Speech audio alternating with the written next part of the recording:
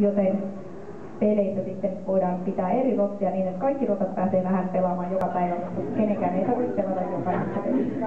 Sieltä tuli vielä kolmaskin pelaaja, joka ei ole tänään vielä pelannut, eli toi vaaleanharmaa Onerva.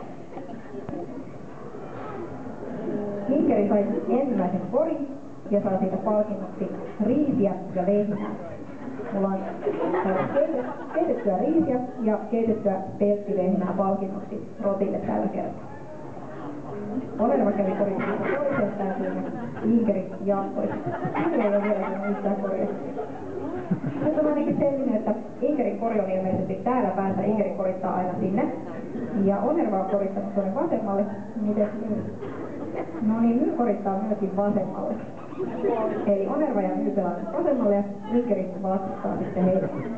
Meillä on kaksi joukkuetta niin, että yksiväriset rotat pelaavat vasemmalle ja kirjavat oikealle. Jokainen rotta koulutetaan pienestä asti niin, että se saa palkintoja siellä omassa päädyssä. Sen korin alla, niin on tarkoitus ruveta harjoittelemaan korittelua, niin siellä saadaan palkinnot. Ja joskus rotta saattaa tehdä sitten vahingossa väärän korin, mutta kun siitä ei seuraa palkintoa, niin rotat aika äkkiä sitten yleensä huomaa, että ei kannata korittaa, kun toiseen koriin, kun toisesta ei mitään herkkuja saa.